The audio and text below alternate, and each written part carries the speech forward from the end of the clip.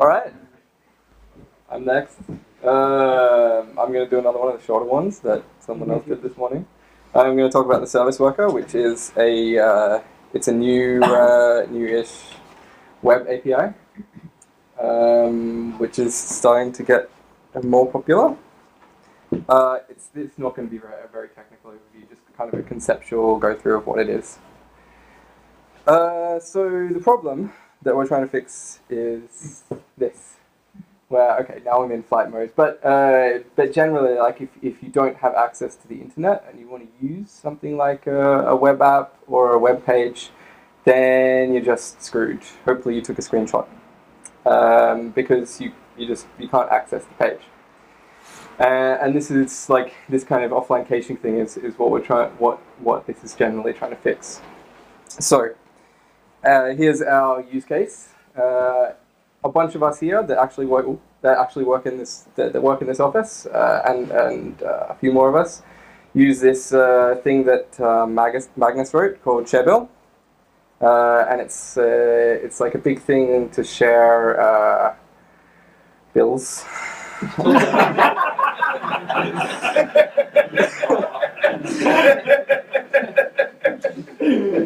So, for example, if five of us go out for dinner, then we don't have to try and get the person to split up the bill among us. One of us can pay, and then later on we can go to the website and enter a transaction, and no actual money transfer takes place. It's like we all kind of have like a second bank account in ShareBill. It's like trust-based. Yeah. So it's a web app. You come up with a little form and you fill it up and you press the button and it sends the XHR to the server, and then it updates this activity thing in a balances sheet. Like having your own instance of this is really good for travel, except that it requires internet access, so you can't use it if you don't have the internet. That's annoying, unless you would set up a server on your laptop. So the traditional solution to this problem is the application cache, and this is an older web technology where you would name every file that you wanted to be able to be accessible offline in a manifest file, and it would download all of those files and have them locally. So what it would do is it would load all of the files from the cache, and then it would check if there were any changes on the server, and then maybe download them. But that only happens if the manifest file itself has changed, and then if the manifest file has changed, it will go back and try and download every other file, every file in the manifest from the server. Which isn't perfect. It also obeys cache headers, which can be good if you're downloading every single file and you don't want to download it again. But if you have a case like Wikipedia or something even smaller than that has a lot of different pages, then that's a lot of data to download, especially if they're like on Wikipedia, their pages change. And so on Wikipedia, if you tried to download 500 pages, it's likely that a large portion of those would change. So when every time you go to the page, it tries to download every one of those files, that's a little bit ridiculous. So how does it work for ShareBill? We could cache the balances and transactions. We could go to the ShareBill URL when we don't have internet access, and we would get all of the transactions and balances, and we could look at it. But it's entirely static. We need to implement server support for updating the manifest anytime a balance or anytime a transaction happens. And in this case, ShareBill is served directly from CouchDB, so that's really annoying. And yeah, it's static. We couldn't add transactions to it. We couldn't do anything with it. And the application cache is deprecated. It's going away. So you shouldn't be using it anymore. The replacement is the service worker. The service worker is a little service, that sits between the client web page and the server. And every time the client makes a request to the server. It goes first to the service worker, and then the service worker dispatches the request to the server. The server sends its request back to the service worker, and the service worker sends it to the client. It runs independently of a web page. It's so you install it on the web page, but then it's running separately behind the web page. When you go away from the web page, the service worker is still there. When you come back to the web page, it's the same service worker that's still running. As I said, it gets the opportunity to process all requests for the domain that you specify. Can I ask a question? Yeah. Does the service worker run as a process on your client? Yeah. Okay. Yeah, that's right. In the browser. In the browser. Yeah. Yeah. So you specify a domain that the service worker covers when you install it, and it has the opportunity to process any request that goes through that domain. And when I say domain, it's like it can be a subpath. But like you could process, if it was making an external request to say Google Fonts, you don't get the chance to intercept that, for example. Är detta ganska likt en cache? The cache is static. It's just a bunch of files. You're getting served a bunch of files. This is JavaScript. So you install a service worker. You have this your own scope. You receive an event when the client sends a request, and then you yourself dispatch that request to the server, and then you intercept it, and you can decide what to do. So when the request comes back, so instead of sending the request to the server, you could say, no, I want to make up my own request, my own response, and just make stuff up to serve back to the client. You get control over this, whereas the application cache is just serving you files, right? Does that make sense? Ja, jag tänkte med att Squid, du kan ju välja vad du vill respondera med oavsett i en cache mellanvarare liksom. Det blir som en cache mellanvarare, eller så där. Like a proxy. Yeah, proxy. Yeah. Except it's in the browser. Yeah, they can embed it in their web pages, and then they choose to install a service worker for their site on your phone. Yeah. Well, can you install a service worker on someone else's page? No. I'm thinking on your private phone. Let's say that you don't like the ads on a Norwegian newspaper. So you add your own service worker there that says that when it get ad, fuck you, get nothing. The service worker has to be in the same origin. So you could proxy. You could hijack the origin on a proxy DNS or something like that in between and serve your own service worker. Sure, it'd be a lot of work. Yeah. You have control over that of your own client anyway. Isn't the service worker dependent on the manifest on the server? They're different things. The manifest was from the application cache, whereas the service worker doesn't have a manifest. Oh, I thought I had one as well. Yeah. No, it doesn't have a manifest. It's just like a single JavaScript file. Yeah. Sweet. All right. So the service worker has its own cache API. Normally, you can choose to pre-cache like an array of different files. Like when you install a service worker, you say, hey, these are the files that I'm probably going to be using offline, and it'll just download them all, just like the application cache. But that's entirely up to you. You can decide to do that or not. You can also cache a server's response on the fly. So when you dispatch a request to the server, you get a response from the server. You can send that response to the client, and you can also say at the same time that okay, throw that one in the cache for that request. But it's totally up to you. Like the cache, it has an API. You're working with it with JavaScript, so you decide when you want to get something out of the cache. You decide when you want to serve that to someone. You decide when you want to update it. It's totally up to you. It's not a black box that's in the browser. So they've decided that nothing synchronous should be in the service worker. So no local storage, no web SQL, and yay, IndexedDB. I don't know how many people have seen the IndexedDB API. But it takes about 50 lines to do a read and write. It's not nice. And also the whole service worker is promise-based, and the IndexedDB is like DOM callbacks based. It's not a great match. And like the way most people use service workers, you're going to need persistence. Like, people want persistence inside the service worker, and so you're forced to use IndexedDB. Huh? That's the point, right? I mean, Yeah. And so outside the cache API, which is promise-based, you're forced to use IndexedDB to store your own data.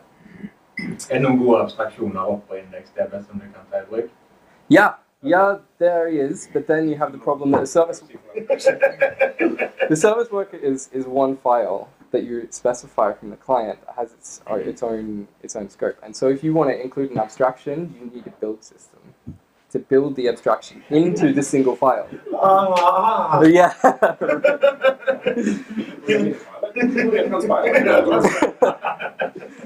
So it has another cool thing, which is it has background sync.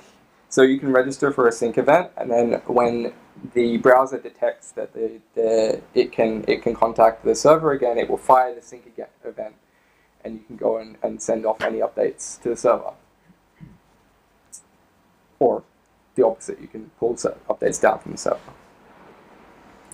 It has push notifications, and if you've seen push notifications, this is probably what a lot of people are using Service Worker for these days, is just for push notifications. You can register for push notifications. You get an endpoint, you send the endpoint to the server, and then the server can send push notifications to the endpoint, and then the service worker will get a push event, and you can display notifications from that. And because the service worker is running in the background, even when the website the web user isn't on the web page, the user can receive notifications whenever. So it has some downsides. It's completely useless on any Apple device. You can use Chrome on a laptop, of course, but for an iPhone or an iPad, which is where, come on, most people are going to want to be using this, it doesn't work yet. I think they've expressed that they're going to, but yeah, we'll see. Apple aren't exactly transparent about these things. And IE, of course, doesn't support it. No one's surprised about that. It's complicated, and like you would expect it to be complicated because you're intercepting requests and maybe manipulating them and doing all of this stuff, and that makes it quite difficult to debug, especially since the debug tools are quite young, and a lot of the stuff maybe doesn't work the way they intended to work yet. Like it's sometimes like if you hit the offline button, so you want to simulate that you don't have access to the internet, but your server is running locally, that doesn't work. Like it thinks that it doesn't have access to the internet, and then it runs a sync event. It's just buggy, the dev tools at the moment. So that's a really annoying part of it, and there is lots of debugging to do when you're doing this kind of stuff. So, did I go? Yeah, okay, good. Let's talk about that. Progressive web.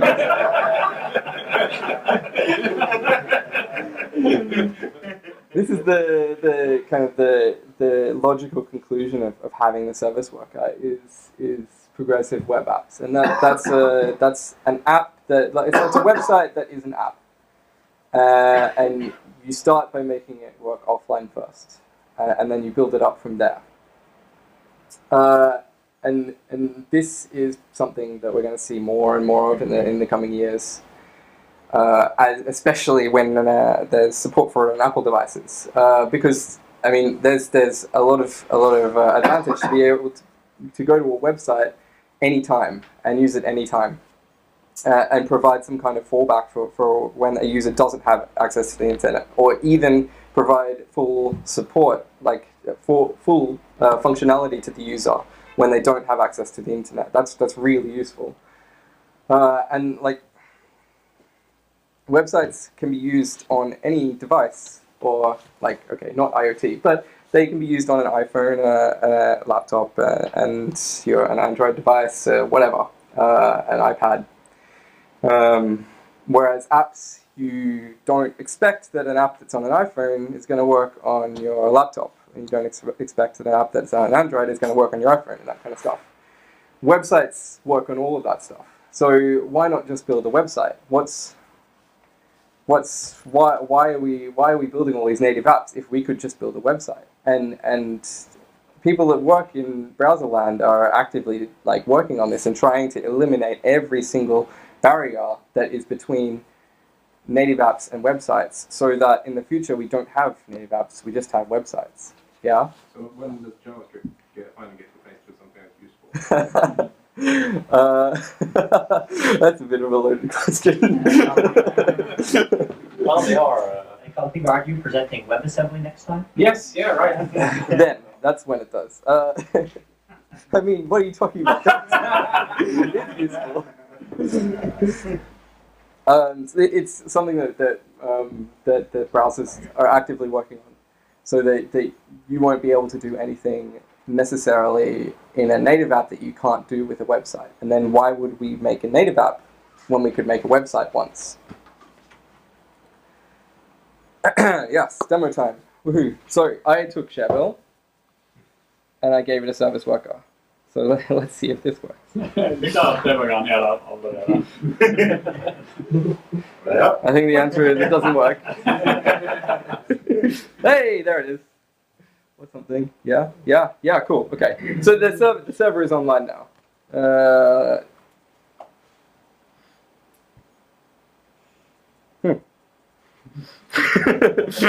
Anyway, so we can add a post here.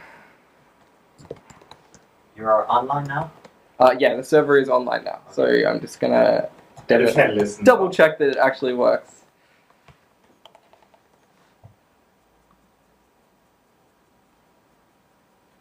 Did it work? Yeah. It did? No. New post.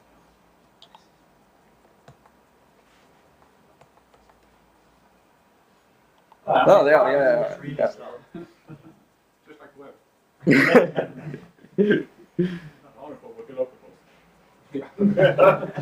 Let me just check the server is actually running. Yeah, server's running. Okay, good. Yeah, it's just the changes thing is real slow. Oh well. Moving on. Let me kill the server. Kanske du kan visa oss hur du debuggar serversvackorna? You don't want to see that. Yeah, okay, the service worker is in here. You can go to...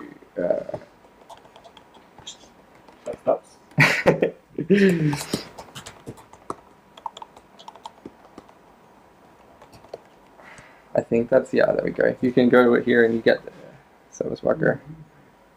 Woohoo. And stuff's happening, hopefully. Alright. So the server's dead. So let's see what happens if we try and make a new post now.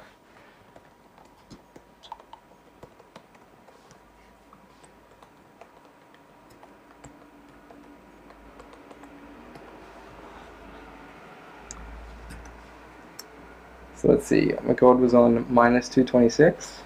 So oh my god should go down to minus 326. Yay! And then we should be able to go turn the server back on.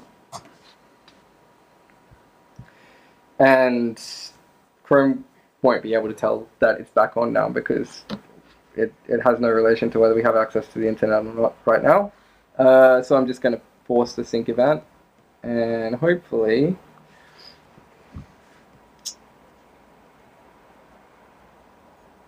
at some point, no, that didn't work.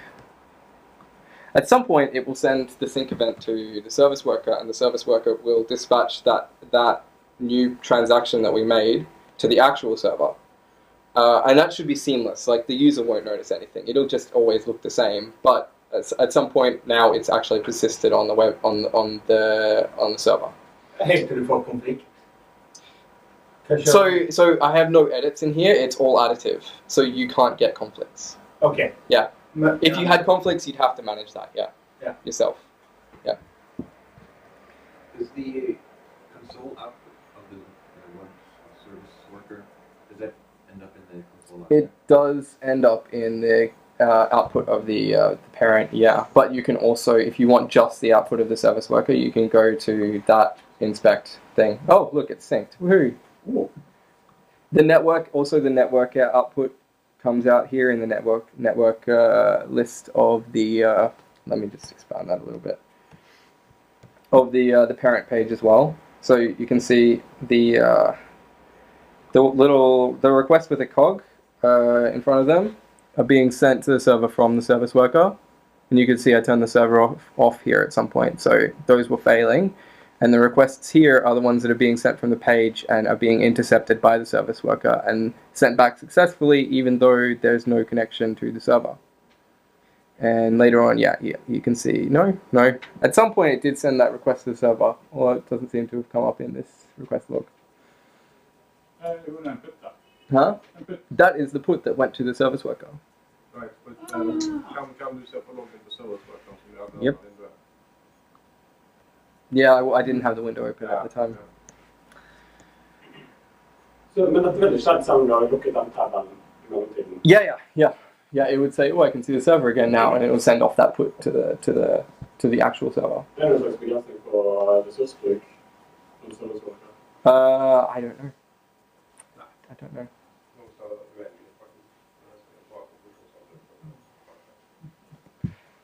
Yeah, let's see. That is ShareBuild offline. Coming to a ShareBuild near you. Yeah. Nope. But Magnus has. Magnus, tell us about PouchDB. Jag har sett på det. Det var inte den tingen jag sa att han har gått när jag såg att han har. Det är visst nog en... Jag har inte sett på det själv. Jag har så vitt sett på webbsidor. Det är en JavaScript CouchDB-aktiv. Alltså, jag tror att implementerar CouchDB API och kan köra i browsern. Så han brukar IndexDB. Han kan synka. Och han kan synka. Men ja. But it can't do the request level stuff that we can do here. Nej, antagligen inte. Antagligen smart skriver som till brukare. One of the cool things about writing the service worker for ShareBuild is that I didn't touch the ShareBuild code at all. I just put the service worker in between the server and the client. And that's nice because I didn't write ShareBuild and I don't know the code. But you can look at the network activity and see how it works and just intercept it anyway. Yeah. Cool. Any other questions? Er det noen form for akseptanse-spørsmål fra brukerens ståsted? Må man si at jeg tillater en serviceworker å bli brukt, eller kan en hvilken som helst webside installere en serviceworker som kjører i bakgrunnen til hver tid? Any website can do it. And sorry. Okay, a service worker can only run.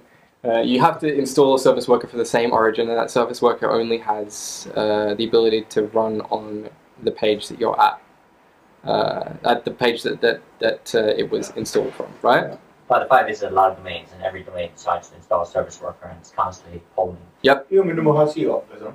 No, it's in the background. Så alle SIO kan installere service worker. Riktig. På Safari på mobil, du har gjerne 40 stykker. Safari har ikke service worker. Det är så där. Kan du köra WebAssembly? Kommer det vara möjligt att köra WebAssembly i den serviceworkern? I have no idea. That would be pretty cool though. Ja, för du kan köra Bitcoin så alla är bara på. Yeah, I think there is like a limit for the amount of resources you can use. Like at some point Chrome would say, "Fuck it, we're using a bit too much." Ja, brukar bestämma sig för över det.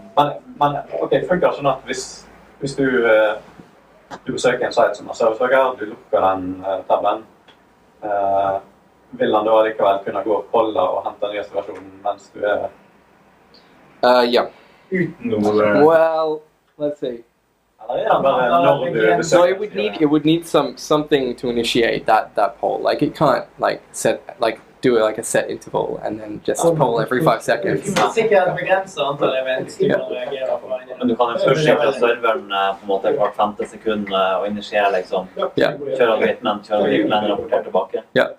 Yeah, that's true. Is service workers enabled in form mode? I have no idea. In incognito mode, like if you log into someone else. I think it might be, but you you won't get the old service worker. You'll get a new service But can I worker. then, like, if you use my machine and you read something, can I then go in the service worker instance and look at the requests that it cached for you, so I can like glean some of your private data that you were looking at on my machine? I think the way that the incognito mode works is that it deletes any cache when you close the incognito mode. It would delete the service worker as well. So would this work with web views in Android, for instance? Chrome web views? Yeah, it does. It does work. It does work in Android. There's good support for it in Android at the moment. Android is the best use case for it right now. Yeah, but I'm not talking about Chrome, but right. rather an app that you make with a web view that uses the Chrome web view. Yeah, I think it does. I mean, Google is the main force behind this, and their like strongest reasoning for doing it is for having progressive web apps on Android. So that sounds like it would be used for progressive web apps on Android. Yeah, but I saw the Chrome web dev summit thing, the keynote. They never talked about web views. They only talked about use cases where you use Chrome and you kind of make an icon on your home screen for that page, and it acts like an app. So you mean like a web view, which is like a like embedded web browser inside a native Android app? Yeah. I don't know. Yeah, I'm not sure actually. Yeah.